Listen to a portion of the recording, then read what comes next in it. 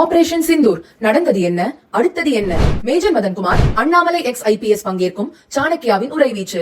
June 1 ஞாயிறு மாலை 6 மணிக்கு RR சபா, மயிலாப்பூர், சென்னை.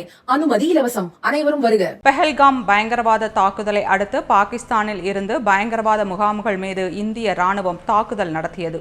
ஆபரேஷன் சிந்தூர் என்ற பெயரில் நடத்தப்பட்ட இந்த தாக்குதலில் இந்திய விமானப்படையின் 6 ஜெட்டுகள் வீழ்த்தப்பட்டதாக பாகிஸ்தான் ராணுவம் தெரிவித்தது. இருப்பினும் பாகிஸ்தானின் உருட்டை இந்திய ராணுவம் தொடர்ந்து மறுத்து வந்தது. இந்நிலையில் 3 நாட்கள் நடந்த மோதலில் போது ஜெட்டுகளை இழந்தோம் என்பதை முதல் முறையாக இந்தியா நேரடியாக தெரிவித்துள்ளது.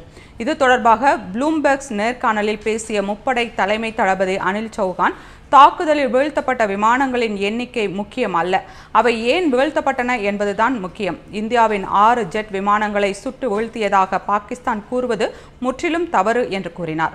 தவறை சரி செய்து மீண்டும் அதனை செயல்படுத்தி நீண்ட தூரத்தை இலக்காக கொண்டு அனைத்து ஜெட் விமானங்களையும் மீண்டும் பறக்கவிட்டதாக அவர் தெரிவித்துள்ளார். பாகிஸ்தானுக்கு சீனா வழங்கிய ஆயுதங்கள் வேலை செய்யவில்லை என்றும் மோதலின் போது துல்லியமான தாக்குதல் நடத்தப்பட்டது என்றும் அனில் சௌஹான் தெரிவித்துள்ளார். மேலும் இந்தியா பாகிஸ்தான் போரை நிறுத்த அமெரிக்கா உதவியதாக அமெரிக்க அதிபர் டொனால்ட் ட்ரம்ப் கூறி வரும் கருத்தை முப்படை தலைமை தளபதி அனில் சௌஹான் மறுத்தார்.